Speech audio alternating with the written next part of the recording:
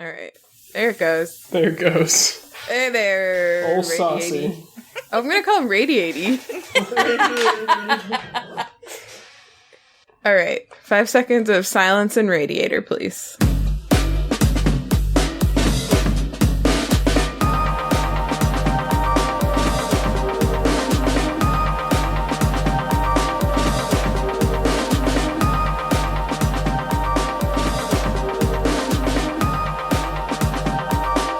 Hello, and welcome to WayTooBroad, a show and tell program for really, really ridiculously excited grown-ups.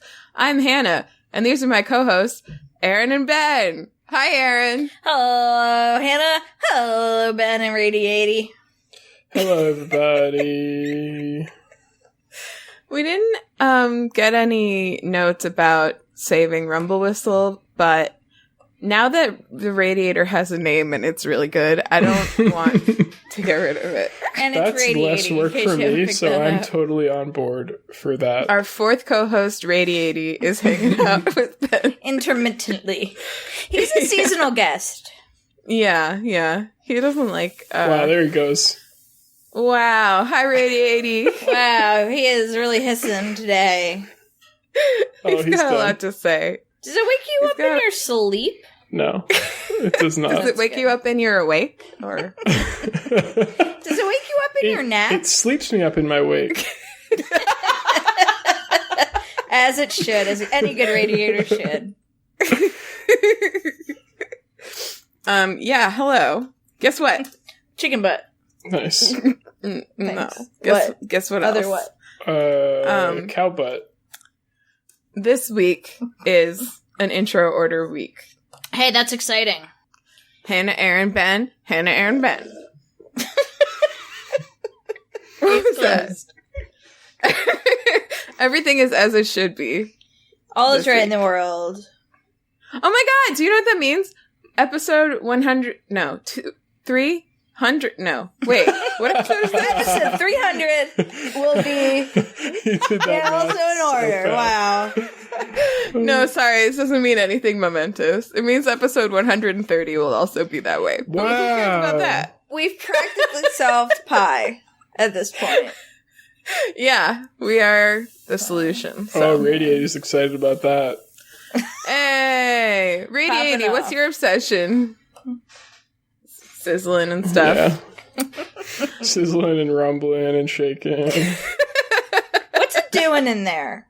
Hot take, what's a radiator do? It just gets hot. I think it's actually hilarious. What's that radiator do, Ben? That, like, a radiator, like, the way we heated our homes back when this apartment was built and a lot of apartments in Boston was built was we just put a piece of hot metal in the room and just heated it up. Yeah, and then of course the air conditioners went in and the windows left. And it was just chaos. And the antennas went up to do any of that. So you put a piece of hot metal in a room and you heat it up. That's what I heard you say. Yep, that's all it is. People like lay their clothes on it to dry. I mean, it's also like idiots. It's designed, especially designed for like air to flow out of it, like hot air to flow out of it into the room. It doesn't just like, it's not just like a chunk of metal, but essentially that's the idea. So it's hot to the touch. Mm-hmm. Yes, it is. Yeah. How is this not a fire hazard? Wait, do radiators, are they not a thing in North Carolina at all? I mean, I haven't come across one. They're probably in old houses, but I haven't come across one.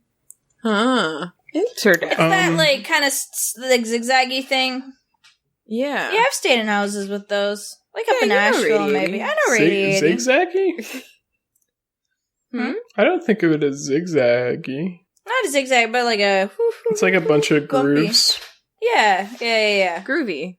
It's groovy. Radiatey's groovy. Groovy, baby. Yeah. I think it's not a fire hazard because it doesn't, like it gets hot to a human touch, but it doesn't get, like, hot enough to light things on fire. Touch. Yeah. That makes sense. I guess. I've never felt comfortable putting anything near it for long periods of time. Yeah, I don't love to either. But maybe that's a me problem. I don't know. I mean, most things don't like being hot for a long time, even if they won't be on fire. Radiatey likes it, Radiatey loves it. I love it. Do you guys want to know what I'm drinking? Yeah, what are you drinking? Okay. Well, I just before I came in here was exercising with the Ring Fit adventure for like the first time this entire week. Dope. So I drank all my seltzer because I drink seltzer when I'm exercising and then belch in the middle of the That sounds great. It's really good exercise for this part of your anatomy, the neck and throat and stuff. And the neck and the throat. And so I got a fresh seltz right before I came in here. Oh, beauty. So let's see. Wow. Crisp. Powerful. It sprayed me in the face. Wow. Did it just say something to Radiatey? I feel like they speak the same language. They're like pen pals. Hisses and sputters. Yeah. And also, a couple weeks ago I was telling you guys about our like adventure through the world of non-alcoholic beers. Mm-hmm. Yeah. So we had 5 or 6, I don't remember, and we were going from like least well-reviewed to most well-reviewed. And so this one was so good we bought more of it. It's called Hellraiser Dark Amber. Ooh.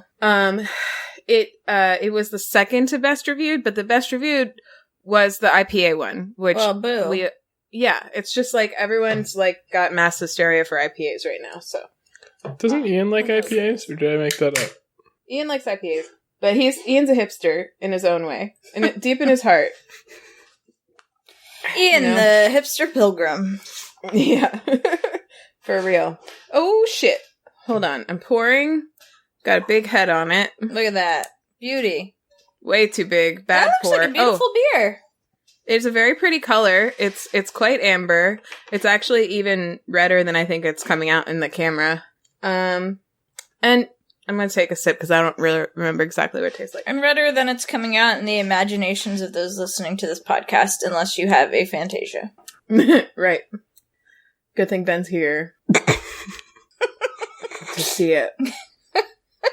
Good thing is Ben's here as he comprises 1/3 of our podcast. So 1/4 now. I think that I like this one the most, but I think it is not the one that tastes the most like beer. Like the one that Ben tried last time was one of the more beery ones. This one almost tastes like a really complex cold tea to me. Oh, okay. Is it sweet at all? Is it like sweeter than a beer? It's a tiny bit sweet, but I wouldn't say it's sweeter than a beer necessarily. Do you know how they do non-alcoholic beer? It varies. This one says they use the latest in brewing technology.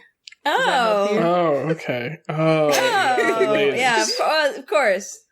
This one says they use the latest in brewing technology to ever so gently remove the alcohol from their fully finished craft brews. So gently, in fact, that the brew barely notices when we're finished. You have a true-to-taste brew that is non-alcoholically delicious. So I think with this, it's kind of similar to the way they take the alcohol out of, like, kombucha, where they brew it and then they, like, I don't know, evaporate the alcohol out or something. I don't know how. Just boil it. But some beers... burn it to a boil. Some non-alcoholic beers are never made to have alcohol. I think there's like 2 different methods. That's like the basics of the 2 different methods, as I understand it, which is, let me say, extremely incomplete as far as understandings go. I think you just boil some grains. I heard one method is that they brew it normally and then they bring a priest in to exorcise the alcohol out. That makes sense. Yeah. That's probably it. Mm-hmm. How does Radiatey spell his name? Radiatey. Tey. Oh yeah, that looks right. Yeah. Radiatey. Okay. Radiatey. It's really fun to say. It's like so fun to say. Everyone at home, no matter where you are or what you're doing, just stop it. Stop doing what you're doing. No. If you're driving, pull over. If you're walking, sit down. Sit down. If you're crossing the street, sit down in the road. Say Radiatey. Say Radiatey out loud right now. It's so fun. You don't have to sit down. You can, whatever you're doing, keep doing it, but just say Radiatey. At the top of your lungs, say it as loud as you can. Scream it. Scream it. Scream Ready? Radiatey. I'm gonna count down to 1, and then we're all gonna do it. But we're not gonna yell because we'll blow out the mics. But we're gonna give everybody an opportunity to say it. Okay, ready? 3, 2, 1. Radiatey. I didn't listen. See how fun that was? It was so fun. All right, cool. Erin, what are you drinking? I have a cup of water, no ice, and I don't have ice because we just got a new refrigerator today, which was a whole thing. Mm-hmm. And we don't trust the ice yet, because, the filter has a period where it's gotta let loose. And the filter has its period? Yeah, the filter has its period, so we gotta wait for that to clear up. It's a bloodbath in the ice bin. Jesus. But, no, it's not. It's making these sweet little ice cubes. I'm so proud of it. It's first day home with us. It's pooping out little ice cubes. So sweet.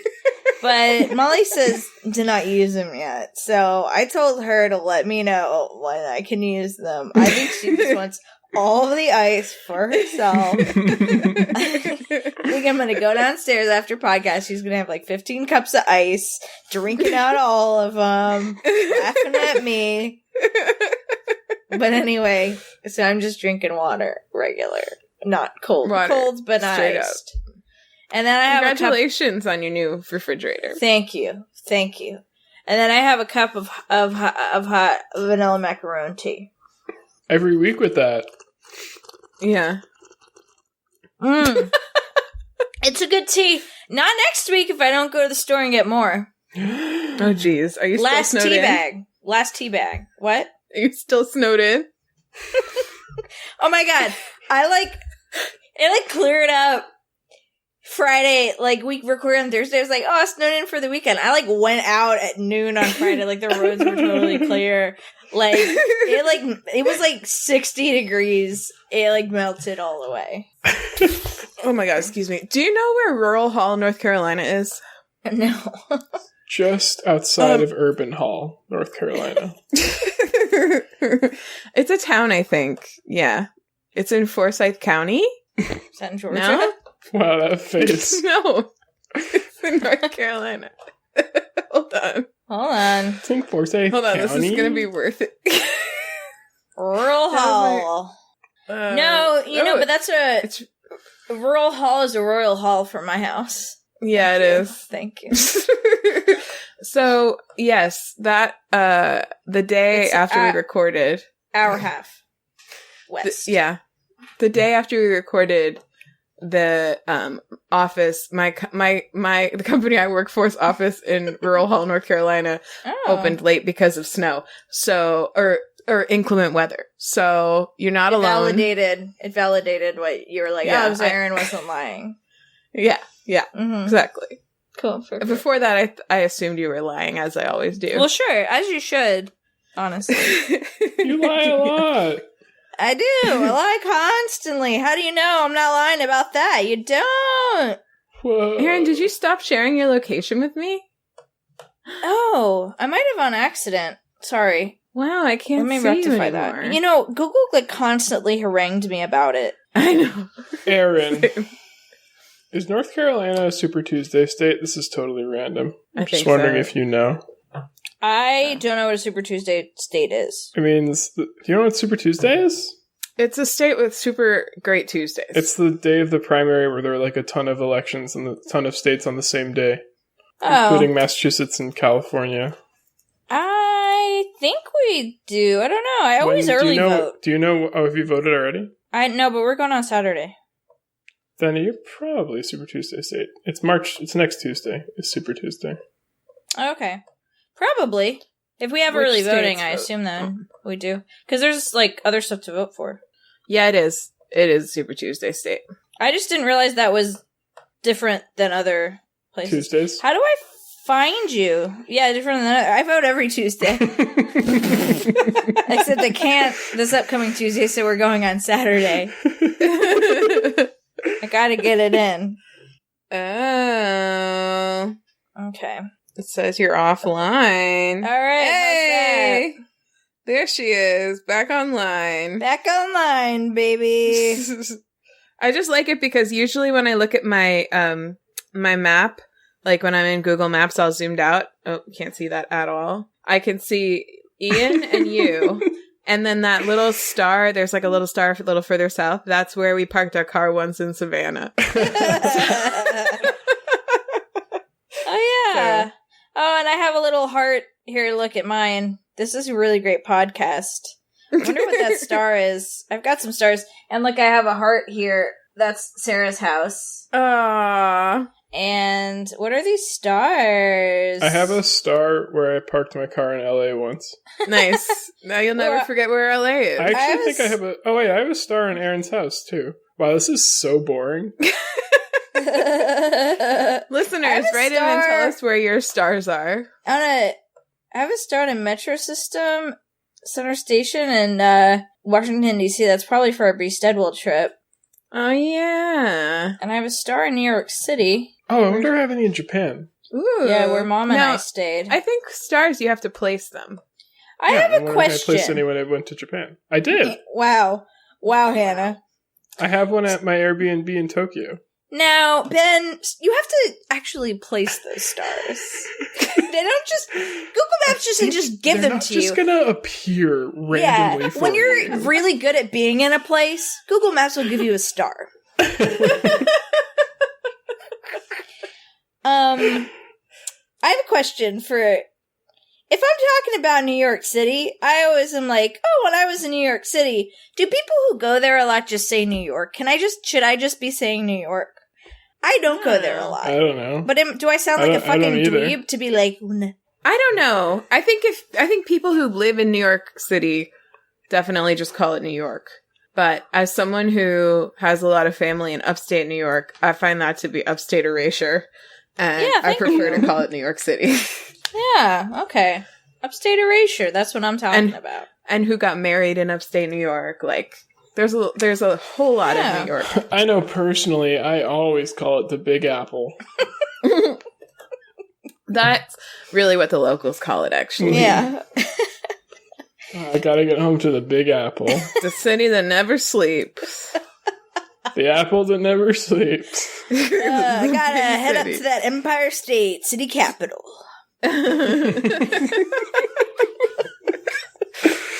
So, I'm with you, Erin. Thanks. I like to call it New York City. All right. Ben, what are you drinking?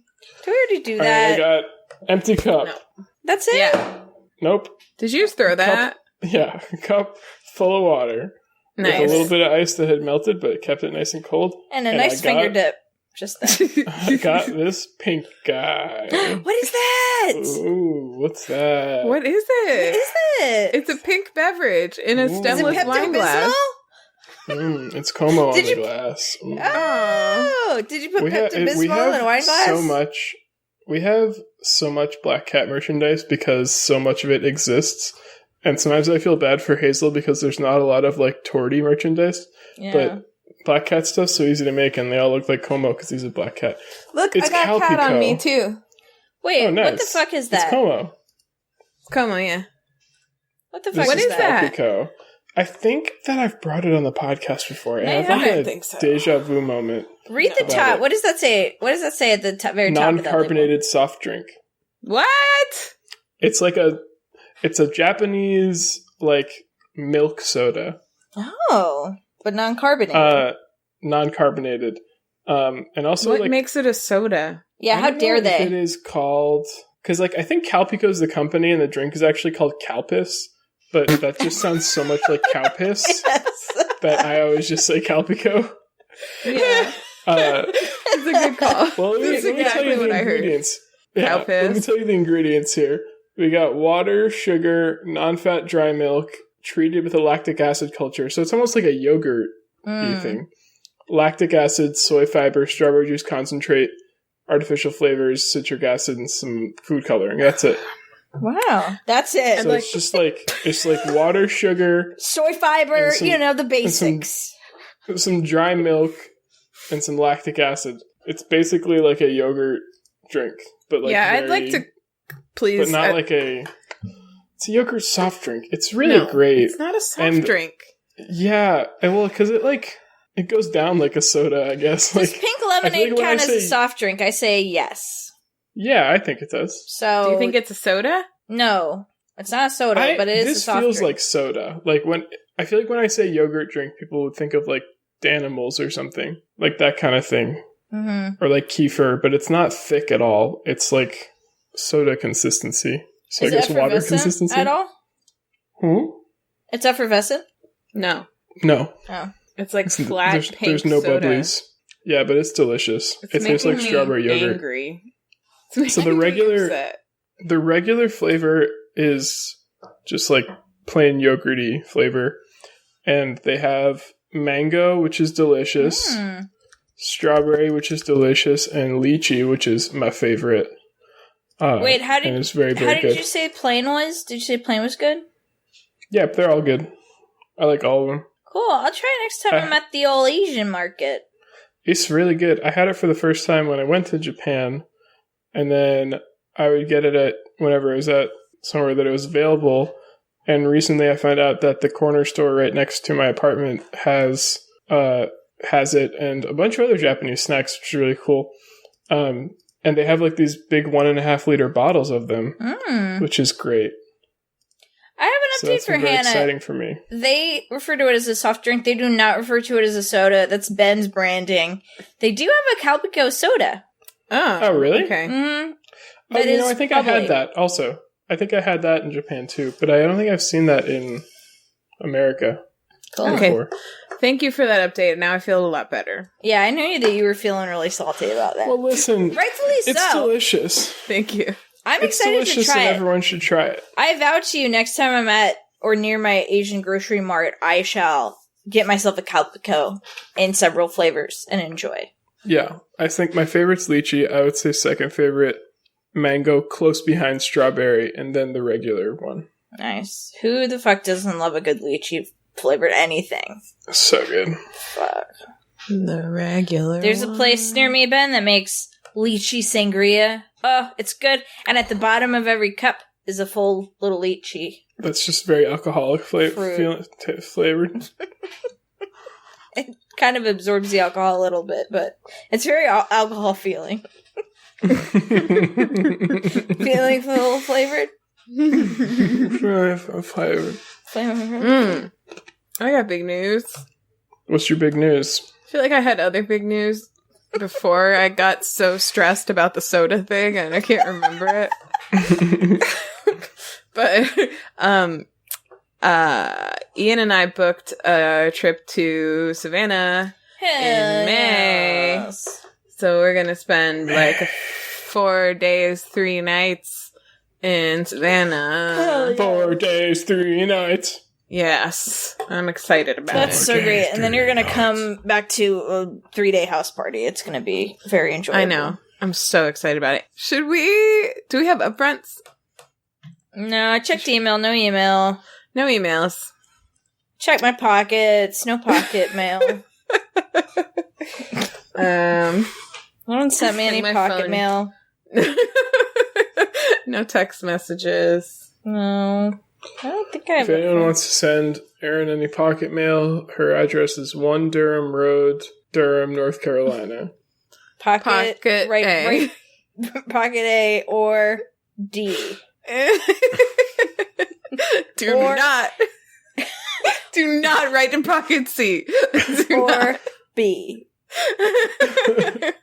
See And- off limit. You may send small pocket mail to pocket X. That's the tiny pocket that someone recently discovered on my other page. It's gotta be small, about the size of a quarter.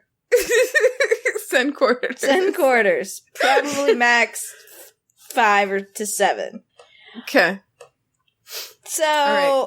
Send $1.25 in quarters. to $1.50 to $1.75 in quarters. Hannah. Yeah. You started doing something. Are you going to talk about that during your obsession? You did something while I was making soup the other day. Oh, no, I'm not. Yeah, I did my very first stream this week. I was making soup at the time. Erin was making soup. I'll never forget where I was or what I was doing. I was in the kitchen making soup. Ow, god damn it. Sorry to make you laugh so hard. What happened to you? In your side boob? What happened to your side boob? Nothing. I just bent my finger too much. Oh no. Yeah, my finger is messed up. Going to the finger doctor tomorrow. Come on. Can you stop? Come on. It's just knocking things over for fun. Yeah, it's a cat. Yeah, I did my first stream and I had to set it up, and it was not ideal. I had to set it up in my living room. I was using my headphone, earbud mic, and, but Erin helped me, get the levels so she could hear me, and then she went and made soup, and, what I learned is that Kentucky Route Zero is, I think you should read it out when you're playing it if you're streaming it, because it's, so text intensive. I think you miss a lot if you don't. But it was, I streamed for, an hour and a half maybe, and, it is tiring to talk that much for that long. Was it enjoyable to you to read it out loud? I think I could have fun with it, but what I'd like to do next time is, get a slightly more legit streaming setup in here and, be able to use an actual mic, because then I won't also feel like I have to, strain to be heard, in my headphones and stuff, in my headphone mic. So I think it's nice because it also, especially where I was playing it, I started from the beginning, so I did all of Act 1 while Erin was making soup the other day, and unfortunately I didn't set Twitch to record it, so it's not up there, but I think I'll start with Act 2 and just, play through it with whoever's there, or just by myself, and have it available for people to watch if they want to. And I think, I often like to watch videos sort of passively while I'm doing other work. And so having text on screen that someone is also reading out is often very helpful to me. And so I kind of want to echo that behavior. And also it does make you, especially on the second playthrough of a lot of these acts, it makes you think about what you're reading versus just kind of button mashing through it. 'Cause there's so much nuance in this game. There were some things that I wouldn't mention, on this podcast because they're spoilers, but even going through that first act, having played through, I think, through the first 3 acts by myself, there were things in the first act that were definitely foreshadowing for things that are to come. So it was cool to see those, and I don't know if I would have actually noticed them if I was scrolling through something I thought I'd read before and not saying it out loud. So yeah, as someone who was making soup at the time, I certainly appreciated you reading it out, because I was just I was mostly listening. I was looking over when I could, but it was helpful. And it was almost like a podcast story or something like that. I was also just wondering, all computers have text readers. I wonder if your text reader would, if you got tired of it, you could just have your computer's text reader read it. I wonder if it has any accessibility features. But it's not text. I don't know if it's text. Have you played it? Well, but I mean, what the computer is just getting is the video feed. No, but don't you think that the game could have something built in for that potentially? Oh, probably, yes. Yeah, so a basic accessibility thing. Yeah. I don't know. I can look for that. That's an interesting thought. But isn't it, when you were looking at it, isn't it a cool looking game? Yeah. It really is. Really beautiful. Yeah. I like. Cool. So once I get my setup kind of a little bit more intact, I'll probably start with Act 2 at some point in the next couple of weeks. We'll see. Actually, I'm reading this blog post that ranks it the worst game for accessibility. Oh, shit. Oh my god, really? Yeah. If it doesn't have that feature, then yeah. That would make sense. And probably it's kind of tough for people who have vision issues in general. Exactly. Even if they're... Yeah. So, never mind. All right. Well, we have identified at least one pretty hefty problem with Kentucky Route Zero. But I can help with good that, stream. I guess. Good stream. When are you thinking about streaming again? I don't know. I want to get the setup a little better first. So probably not not tonight or anything, but and in the next... Speaking of streaming, Ben, are you doing Yada's Obsession? Nope. You're back at it with your... I'm back at it. My capture card finally arrived. And you had to go get it. I did have to go get it. I mean, it arrived to Boston, and then I had to go pick it up. But I finally got it, and have been able to stream Mug Game of Cube, and have been in the process of derusting Pokemon Sapphire, which has been really fun, and I am surprised with how much of it I remember, given I haven't run it in like 10 months. But I'm really excited to get back to it. I'm not going to stream this weekend at all because I'll be away, but I've been streaming on the weeknights because I've had time because I don't have to do homework anymore because I'm not at school. Oh, yeah. So I'm just fucking Has that gotten old yet? Oh, no. Hell no, dude. No. Are you kidding me?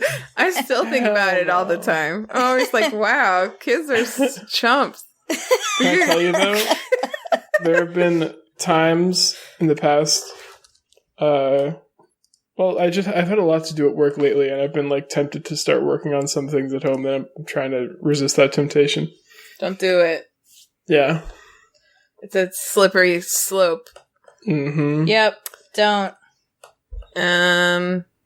Cool. Should we pop in? Let's pop. Let's pop. Let's poop. Let's poop. I'm sorry. Let's pop. I'm first. Okay, so I had one of those moments today where I had a sudden burst of memory of something that exists and that I used to love, and just completely forgot that it was something that ever happened. Someone in my life, I don't even remember how it happened now, but at some point during the day today, somebody mentioned someone whose last name was O'Grady.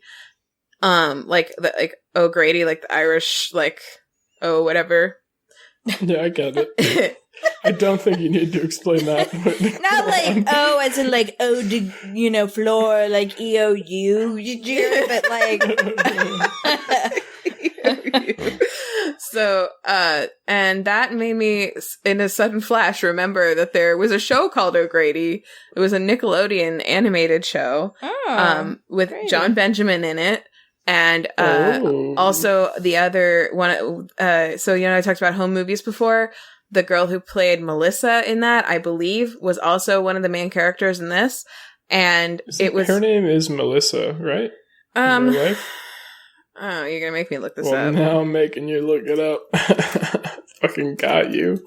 Made you look it up. Made you look it up. Yeah, her name is Melissa Robbins. So let's look up O'Grady cast. And is that O like the Irish, like O apostrophe?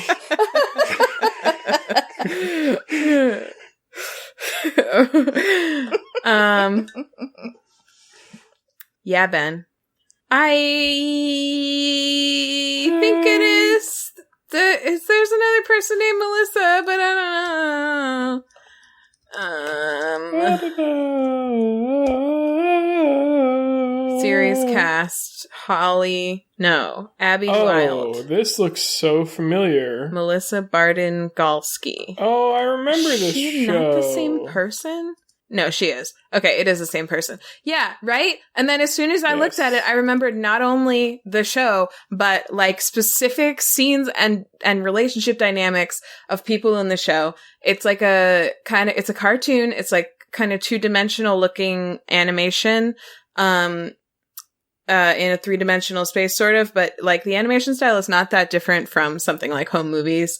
The creator's not the same. I did check because it shares so much cast. It's not a Brendan Small joint, but it was about a town called O'Grady. It was about a bunch of high schoolers in a town called O'Grady, which had something called the weirdness, and every once in a while, let's say once every time a new episode was produced, there was just this weird, magical something that would happen. It was different every time, but the whole town knew about it, and that's what they called it. So every time that something, really bizarre happened, they were just like, oh, the weirdness is back. And then throughout the episode, they would figure out, what the weirdness was and how it functioned and how to deal with it. And it was, what I really liked about it, and I rewatched a couple episodes earlier today, is that, the weirdness was never really the center of the plot. It was just like a plot device to like advance some like relationship dynamics or just like to create a social drama plot around or something like that. It was like just a comedy show. It was like a maybe like young adult sort of like the age I was at the time, I guess. What year did this come out? I did look that up earlier, but I did also forget it already. So 2004 to 2006. It only had 2 seasons.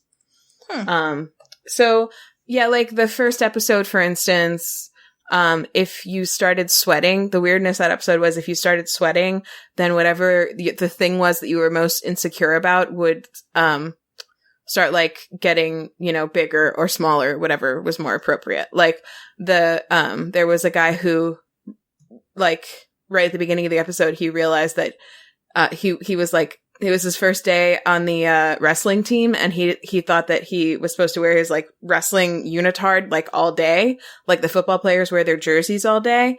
And so he walked into school and was like, just looked like ridiculous, but he had like a jacket over it covering it. But every time he started sweating, his jacket would get tinier and tinier and tinier until it just like flew off of him. And the plot of the show, of that episode, was that like the main characters were trying to make a video to help them like win a contest, just showing like normal life at O'Grady High. But one of the guys who was like in the production crew kept on like accidentally mentioning whatever the thing was they were most insecure about, and it would like ruin the like shot because it suddenly would look like you know, it's just like stuff like that. Or like one episode they like every time they like felt a really strong emotion, they would pop out a twin that would like just hang out. Like, it was just like really strange and just like not I mean, it's just fun. I forgot about this show entirely. Yeah, you know, it was good. It only went for 2 seasons.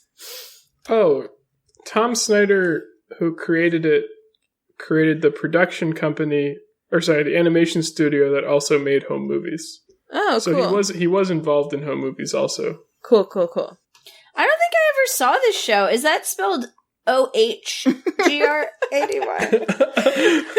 It's O'Grady. O'Grady. It's all on YouTube. There's a channel called O'Grady TV. Free? Yeah, like full episodes up on YouTube. I seemingly all of them. And they're like watermarked for the N. I don't know if it's like actually sanctioned by the N, but it's just all there. So this animation style is really interesting.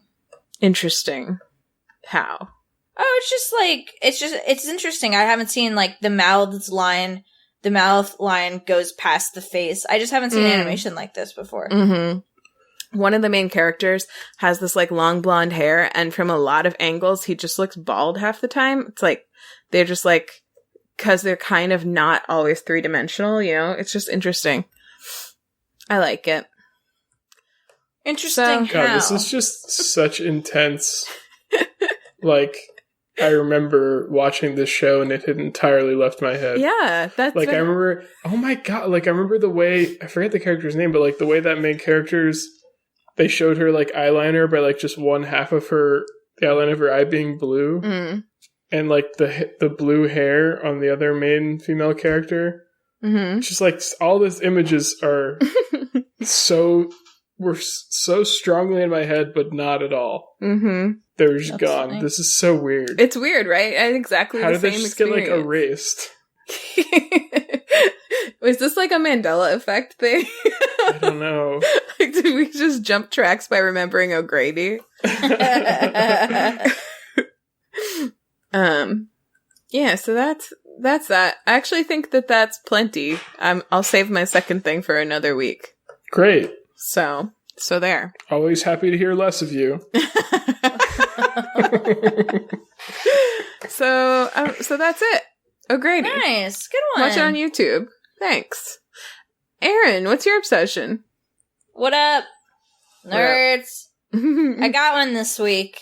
Listeners might recall last week I didn't have an obsession, having this February blues. Still am. It's fine. Now it's kind of morphed actually into the February grumps. So not a change for the better, I'd say. But I feel like we're almost to March, so that's exciting. But you'll recall last week I was saying, you know what I need is to get into a good book. Well, I did. I don't know if y'all ever read Redwall by Brian Jacques. Oh my god. Did you read this shit? I didn't, but I know about it. I didn't, but I think I know about it because of you, Erin. Probably. I was really into this book. I guess when like middle school or whatever. Maybe. Talk me through your reaction, Hannah. You're like, oh my god. Because speaking of like memories flooding back, one thing I remember about you at whatever age that was is that you adopted a lot of the ways that they talk in that book because you were into it that much. True. I think Summit was something that you used to say a lot, like SOMAT. That's from that book. Yep. I feel like there were one or two other ones, but I don't remember them. What? Probably. So it's interesting. Yeah, that's really funny. I don't remember that, but I don't have a great long-term memory, but that sounds absolutely on track. Yes. I will not deny that for 1 single second. Yeah, so this book is about, gosh, when was it published? Like 97, I want to say. I read this when I was like in middle school probably, and what I remember about reading this book was, 1986. Oh, right. Because it's older than you. This is the 10th anniversary edition. That's why. Because I saw 97 somewhere printed in here, but it's 10th anniversary. Yeah. So it's what I remember about it was like my big brother read it, and he was like, "Here, you need to read this," and I was like, "No," because that's how siblings are sometimes, or at least how I was. And then I started reading it and like stayed up all night reading it. So it's about. Mostly it's centered on these mice, and they can walk and talk. They live in, this place called Redwall. It's an abbey. It's this, like, beautiful, abbey built from, like, red sandstone in the middle of mossflower woods. They're harmonious creatures. There's not only mice who live in Redwall, there's also, like, Constance the badger, and there's, like, moles and voles and, like, all other manner of creatures. And they're pacifists, except they eat fish. I'm starting to notice the inconsistencies as I'm, a 31-year-old reading this. But in any case, a Clooney, a big, fearsome sea rat, comes into town and tries to take over Redwall, and then they have to battle to save Redwall. And it's just, it's like I don't know if it would like hold up super duper well to somebody who never read it before, but I'm finding it to be this like wonderful, like cozy, nostalgic, like dreary February reread. It's very the writing is very vivid. It's just like they're nice to each other, except for Clooney, who's mean to everyone. But like it's just nice, There's a lot. It's just really it's nice. And there are so like the different types of animals have different ways of speaking. So like the mice speak in the most like close to how we speak way, but then like the voles have this funny way of speaking. The rabbits have a very amusing way of speaking. That's mostly probably what I was mimicking when I was younger. And so it's just fun. Like, there's a lot of personality in the book, and it's an easy read. It's a great book. I've always loved it. Is it a series? Yeah, so it starts with Redwall, and then there are, like, sequels, there are prequels. There's actually a huge series of these books. And this copy is actually Molly. Molly also loves these books. You just said that copy is Molly. This copy is Molly. This copy is Molly's. Oh, that's nice. Yeah, so this is not the copy I read when I was a kid, because it's Molly's. It's the copy she read. Oh. Did she make notes in it? Huh? Did she make little notes in it? No. Oh. Oh, wait, here's one to my future wife. Have you ever done that with a book? Have you ever taken notes in a book No. that you've been reading? No, but in my original copy of Ella Enchanted, which I have since lost, the last page I feel like I've said this on the podcast before, even though it's wildly embarrassing, but the last page had a lot of, like, tear stains on it. Like, to the point of there being, like, holes in the pages from the number of times I cried on it. Yeah, you probably didn't lose it. Cry somewhere else. You probably didn't lose. Yeah, you're probably like just aim. Don't hold it right up to your face. No, I did it on purpose. You probably didn't lose it. Your mom probably threw it away because she was embarrassed for you. Thanks, Mom. Thanks, Mom. One thing I did do before I started rereading this was I Googled Brian Jacques just to make sure that he wasn't, like, problematic. I was like, oh man, it's been a while. Let me just make sure. But by all accounts, he seemed to be a really nice person. He's since passed, so. Oh, well, see, you really just set us up there because I was about to say that's good. But then you said he just passed. That's so good that he died. He didn't just pass. He passed in 2011. Oh, thank God. Yeah, Thank God he's been dead for 9 years. There are 22 books in the Redwall series. Whoa. Yeah. Wow. Too many? I don't know. That's a lot. Molly has a good chunk of them. Did you read a lot of them? I think I No. I think I read some of them. Yeah, I think you did. Yeah, I think I definitely read more than just Redwall, but I think I remember thinking Redwall was the best, like first and best. When did The Tales of Despero come out? What's that? And is that a direct competitor with Redwall? What the fuck You know is The that? Tales of Despero? It's also like a fantasy novel about an anthropomorphic mouse. Clearly not. Neither of you have heard of Tales of Despero? Oh, No. Is this a movie or a book? It's a book. But Maybe it's also a movie, I don't know. it is also a movie. I think it's also a series. Is it not? I definitely read that when I was a kid. That came out in 2003. Ha! You can fuck directly way on. behind. Brian Jacques was like already He was the OG. retired. Actually, he was putting out his 16th Redwall book Wow. in 2003. Wow. He was on his fucking deathbed. Practically. Yeah, practically. I'm just kidding. Brian Jacques, you're a great guy. He won't hear this, Ben. R.I.P. Yeah. The estate of Brian Jacques. He was a great R.I.P. guy. He's a great guy. R.I.P. By all Any accounts. children? Great job. R.I.P. Great by dad. all accounts. Yeah, two kids. 2 parents, 2 kids. Perfect family. One parent per kid. That's a beautiful Parent thing. took one of the kids to raise. Nobody is lost. Nobody is forgotten. Never apologize. Never explain. What's that from? The Queen. It's just, I think, just the thing the Queen says. Or something. Of England. Yeah. I'm on the redwallabbey.com, the official Brian Jacques site, and this is like 100% a 90s website, and I love it. Did you guys know that the website for the movie Space Jam has not changed since the 90s? Oh, I did. SpaceJam.com is the exact same. I did, and that's actually an amazing website. Like, if you go to the, if you do inspect and go in the, like, the developers console, it's an incredible website just to, like, look through. Why? Incredible. I don't know, there's just, like, a ton of, like, funny shit in here. Let me try to find some. Did you ever read Watership Down, Erin? I might have borrowed it from you and never returned it. Oh, really? Does that sound familiar? No. I mean, it's possible. I don't remember it as much as I remember the feeling of it. I think the only time I ever read it was when my dad read it to me when I was little. Oh, okay. But it got pretty dark, and I remember, like, it's one of those things that I think I remember better than a lot of other stuff because it scared me a lot.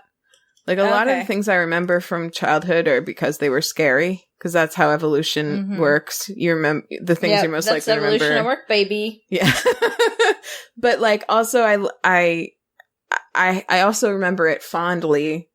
I just remember it being, like, a lot darker than you would expect from a book about talking rabbits. Is Redwall like that? Like, is it darker than you would expect it to be? Or yeah, it is dark. Like people die. I mean, not people, but like, you know, they're basically people, right? Like they die in gruesome ways. They kill each other. There's like, you know, there's some like shit that goes down, and it's kind of like described as well. Yeah, I'd say so. People like you really become attached to, they die. You know, not even at the end, like, as a, you know, like, somebody's gotta eat it, but, like, in the damn middle of the book, just, like, kill them. Damn middle of the thing. Damn in the middle of the fucking thing. You're supposed to save it for the end. What is this? Fucking, what's that called? Game of Thrones? Yeah. Fucking Game of Walls up in here?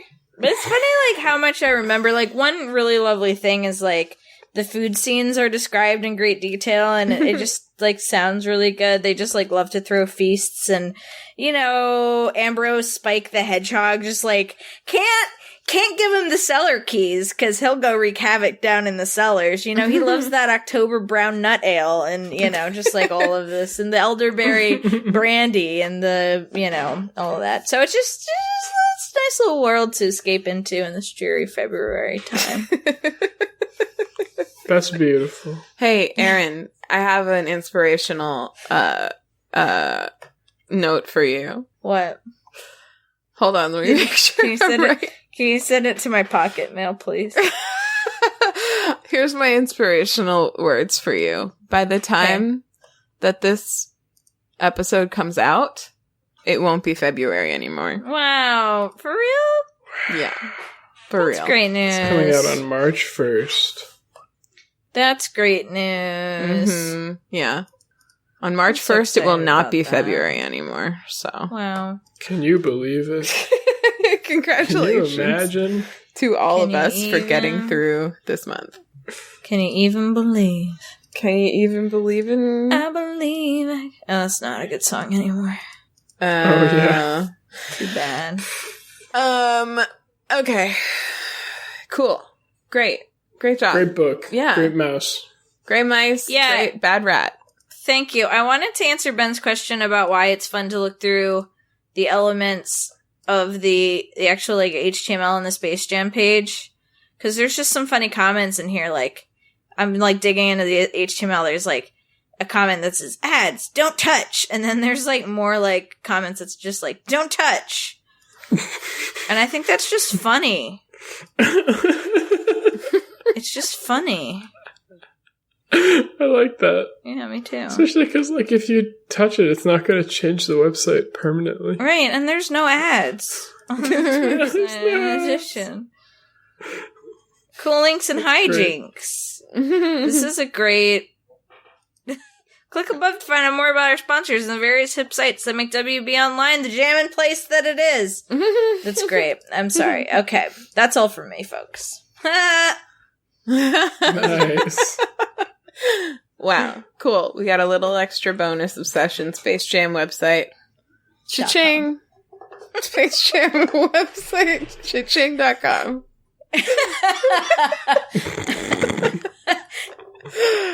Yeah. Baby Ben, what's your obsession? What's up, babe? My obsession is Space Jam. Welcome to the jam. Come on and slam and welcome to the jam. Space Jam. It's your jam. That's the jam. It's not actually Space Jam. I haven't rewatched that movie in a while, but I feel like it would hold up. I think it does. So, do you guys, have either of you listen to How Did This Get Made? Yes, but not recently.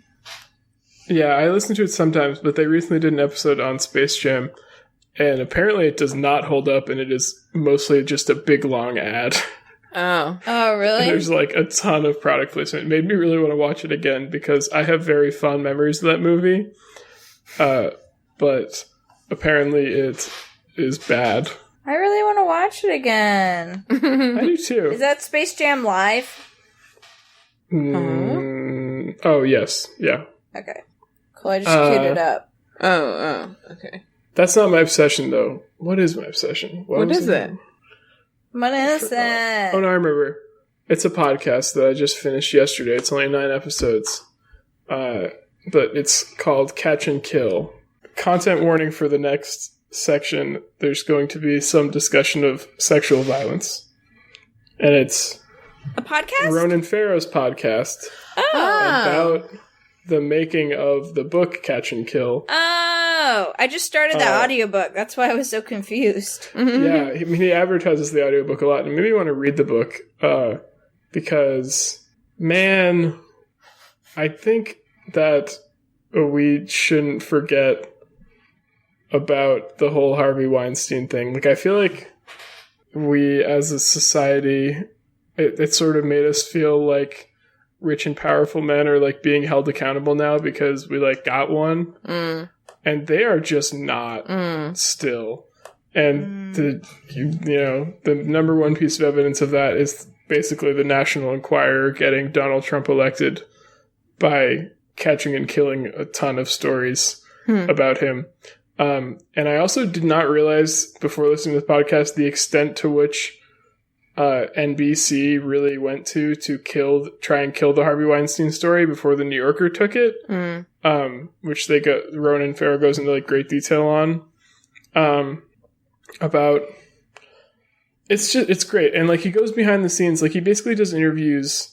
Some of them are like with the sources. Some of them he actually interviews a couple people who, like, he interviews Rowena Chu, who is Harvey Weinstein's assistant in the 90s.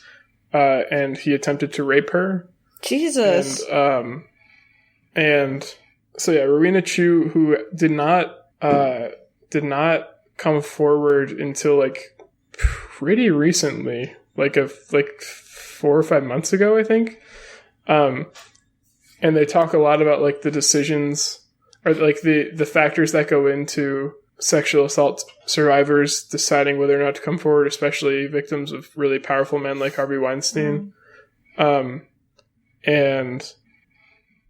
God, like, it's just so viscerally upsetting. But made me like really appreciate the value of good journalism, because he also like dedicates basically a whole episode to interviewing his producers and editors and fact checkers at the New Yorker, like the people who kind of did a lot of the work to get the story out there, even in the face of constant legal and like being screamed at by Harvey Weinstein.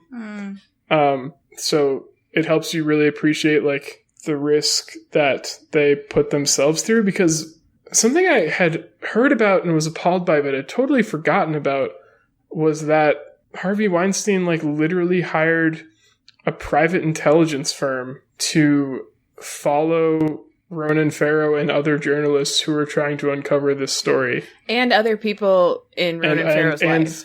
Yes, and also some of his accusers. Yeah. And something I'd also forgotten about, or I don't think I had known, was that since the New Yorker story came out in 2017 about Harvey Weinstein, 87 women have come forward with sexual assault allegations against him. Holy fuck. 87, and there are probably more. Yeah, absolutely like, more. It's fucking insane. And this is one guy, one powerful guy that like I think we've just scratched the surface. And I think a lot of people know that, but it feels so satisfying that we got this one guy that like, it feels like we have to, we like, I don't know. I feel like some people feel like it's time to not, like, we won already, and we definitely have not. And that's it. I mean, that's what Catch and Kill is about. Like, Catch and Kill, it's about the book and the podcast are both about the Harvey Weinstein story and like how it happened, and who, like, the brave survivors who came forward to like confirm the reporting, because it had been, I mean, there had been rumors about Harvey Weinstein for years, and other reporters had attempted to uncover it, but could never get anyone to go on the record. And it wasn't really until like Amber Gutierrez came forward with a recording of Harvey Weinstein that it like really made it serious. And then other people came forward to go on the record as well.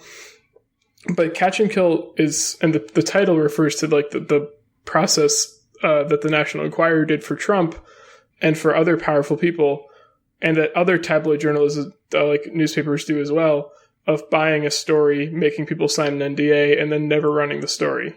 Like they did with like Stormy Daniels, or not with Stormy Daniels, Karen McDougal, and then weren't willing to do for Stormy Daniels, which is how kind of all of that came forward in the first place. But like that's still happening. Like, I mean, the National Enquirer isn't really doing that anymore because it kind of went out of business, but like that was happening.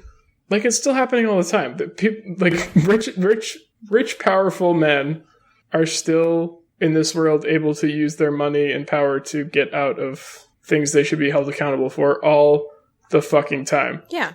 And Donald Trump is a prime example of that. Michael Bloomberg is a prime example of that. There's a million examples of it everywhere. And it's super fucked up. And I just got really mad again listening to this podcast, but it also gave me some hope because like you get the impression from listening to it that Ronan Farrow, among other journalists, and like kind of now that it's sort of been like cracked open, I guess, since Harvey Weinstein and that whole story kind of opened the floodgates and started the Me Too movement and everything, and it's like there's a lot more public support for women coming forward than I think there was in the past. There's also a lot more reporting going on about it, and a lot more like really good journalism going on around that. So maybe things that we like won't hear about for a few years still, because good journalism is very thorough and they want to fact check everything before they make huge claims in a major publication. But that is still happening, which should give me a little hope. Like you get the impression from Ronan Farrow in this podcast that like this is by no means the end of his reporting on this kind of thing. Like he's still working on it actively and doesn't plan on stopping for a long time, which I think is really great because we need more people, holding people accountable. Ben, do you have any insight on, like, I just started the audiobook. I just started having that book read to me, like, I'm not terribly far into it. Do you think it would be worth, like, listening to the podcast first, or do you think it's, like, either, you think listening to the book and then listening to the podcast is a good order as well? I think, well, so in the Audible ads that Ronan Farrow does during the podcast, he always says, finish listening to this podcast, then go listen to the book. But I think that's maybe just because he's in the middle of an ad in the middle of the podcast. So, I don't know. The book definitely covers more. But the podcast has some things that the book doesn't, from what I can tell, as well as some more sort of process and background stuff. So I guess I feel like it's kind of up to you. I don't know, I think it's probably fine either way. Cool. Did either of you listen to the, how long was this? Like, it was like hour-long interview that Megan Twohey did with Harvey Weinstein's lawyer on the Daily. But I was going to. So I know you and I have talked before, Ben, about how sometimes the New York Times, the way the New York Times covers things kind of pisses me off. And one thing that is interesting about the way that the New York Times typically covers Weinstein stuff is that they never mention Ronan Farrow. They always say that they broke the story first. I don't know what's like true, but that just like happens. It's like these two reporters who will be like, yeah, but when we broke the story, which is interesting. I think they probably broke related stories. They were working on it around the same time. Yeah, exactly. So that's like fine. It's not like offensive to me, but this interview is actually... And I think like they probably broke some accusers first before Ronan did, but yeah. That makes sense. This interview I think was very, very well done. So the lawyer's name is Donna Rotuno that she was interviewing. She has like built a career of defending men accused of sex crimes, and it was extremely frustrating on many levels to hear her like talking about her specialty, the way she thinks about this kind of stuff in general, and also about Weinstein in particular. Like when Megan Twohey tried to ask her about the 86 other women, she was like, I'm not defending him. I'm not like, I don't think he's lying about these 2 women, but it wasn't like, I don't know if he did those things. It was like, that is not, she got very lawyery about it in a very annoying way. But the thing that she said in that interview, which I was stunned at the time, which then kind of broke into the news cycle that day, was when she was asked, like, one of the last questions that Megan Twohey asked her was whether she had ever been sexually assaulted. And Donna Rotuno said no. She simply said no. And then, like, Megan Twohey was, like, ready to move on. And then she just was like, because I would never put myself in that position. And then, like, oh, fuck you. Yeah. And then the interviewer. Radiatey is freaking out about that. Yeah, Radiatey is a good dude. Radiatey won't stand for that kind of behavior. He's fuming. He really gets heated up over this topic. So, and Bit then of a hothead, that one. And then she, like, kind of tried to walk it back afterwards because Megan Twohey, like, pushed back on it, was like, are you saying it's, their fault, da-da-da, which she had kind of already said earlier. And she was like, no, I'm not saying that, but yeah, there's just, like, things you can, da-da-da, and then she, and it was, like, completely unsatisfactory, and just, like, what a fucking slip that was. That was, like, it was so nasty. In general, I found her to be, let's say, unconvincing. So, and she lost. So good. Good for her. Good fucking for her. Yeah. Yeah. She's the one who was, like, doing all the cross-examining that was making the women cry about, like, how they texted with him after he sexually assaulted them and stuff. Like, oh, just the lowest of the low. Yeah. So, but yes, great point. He did get convicted, so that's pretty amazing. Mm-hmm. Not on all counts, though. Not on all counts, but on enough, I guess. On enough that he hopefully will be in jail for the rest of his life. That's a possibility, at least. We'll see. We shall see. Wow. I'm going to listen to that for sure. Yeah. I actually just downloaded a new podcast app because I fucking hate Apple's podcast app. And I downloaded all of Catch and Kill podcasts and I put it in a folder called a new playlist called Recommended to Me. And I'm going to listen to it. What podcast app is that? Overcast. I've heard of them. Have you heard good things? I'm liking it. I'm not the only one that used Spotify for my podcast. I'm liking it 100% better than the Apple podcast app so far. So, Ben, I'm trying to switch over to Spotify for my podcast because Google Podcasts, speaking of native podcast apps, is like just like fucking up all the time. It's like, what is it called? It's making unforced errors at a time when Spotify is also like really ramping up their podcast game. And so I'm like, fuck you. But, fuck you. It's also, it's hard to switch with all your subscriptions and everything. Hard. Well, my podcast app is so bad. Like the Apple podcast app is so bad. I don't know how to manage it. Whenever I listen to a new podcast, it always shows me like the oldest episodes first, unless I somehow find the menu for that screen and edit it. Like Monday, I was like, do I have any new podcasts? Because normally You're Wrong About comes out on Monday, and I am always excited to listen to that on my rainy drive to work. And it's like, no, you don't have anything. No, nothing. No. Oh. And I was like, are you sure? Let me refresh. And I was like, yeah, I'm refreshed. You don't have anything. Molly and I were actually dropping my car off, and so she picks me up, and I hear her listening to You're Wrong About, and I'm like, is there You're Wrong About out? She's like, yeah, I almost done it. And I'm like, what the fuck? My podcast app still was like, yeah, I don't know what you're talking about. I don't see anything. There's nothing here to see. Do you want to listen to this? But you know what? Here's one that you have already played. I can see that you've already played it, but you can listen to this one. And that's some random one that you can't make go away no matter what you do. So anyway, I switched apps. I'm already happy. Well, that's good. Everyone should listen to that podcast and probably have that book read to them or whatever. Yeah. Awesome. Yeah. Should we do homework? Yes. Yeah. Yeah. Okay.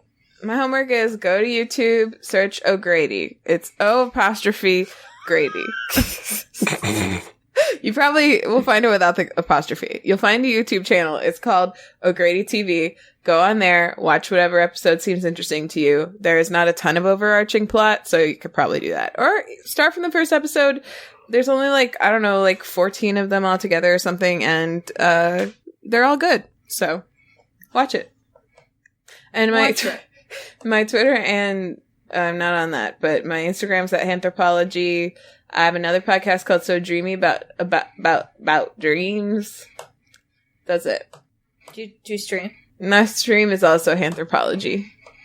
Yeah, follow me on Twitch so that you'll know when I get my shit together and stream again. Erin.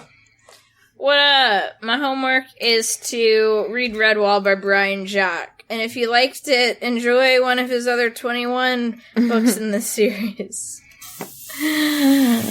That'll keep you through a winter. Nip, nip, tuck, tuck. Pip, pip. That'll give you Summit to read. What? Summit was the big one. You said Summit. That was big. I'm remembering that now. I'm really remembering that. I was big into Summit. Yeah. I had big Summit energy. Yeah, you did. When we were together. I stream sometimes Creative Time Randomizer. That's Twitch TV/ERNBRN_OG, also known as Ern Bernog. Ern Bernog. That's all. Ern Bernog. Hello. Welcome to me now. Hi. My homework is to listen to Catch and Kill, the podcast, or also listen to the audiobook or read the book.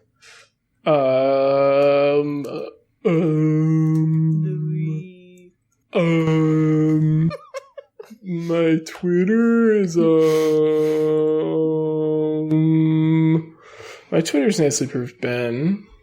My Twitch is Disco Greg. I'm going back to speedrunning Pokemon Sapphire. He's back, baby. Very soon. I'm back, baby.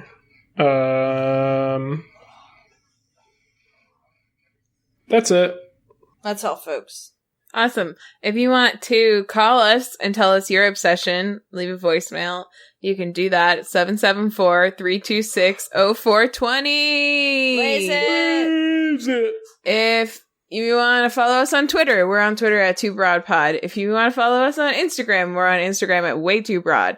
If you want to email us about anything, we're at WayTooBroad@gmail.com. Tell us how your day's going. If you want to find any of that contact information, our homework information, or our topic index of all the things we've ever talked about, you can do all of that at WayTooBroad.com for anything you want. EarnBen.com for anything you need. Don't forget to leave us a review, if you can, on your app of choice. And that's it. We love you. Did you say blaze it? Yeah. Yeah. Wow. Time flies. Blaze it. You're having fun. It's so automatic to me now. Yeah. Blaze it. Blaze it. We didn't say blaze it and praise it, but don't dial blaze it. So. Blaze it and praise it. Don't dial blaze it. Don't dial blaze it. Don't Brexit. The podcast candle is now extinguished. Goodbye. Thanks Goodbye. for another week of sillies. Remember, kids, don't Brexit.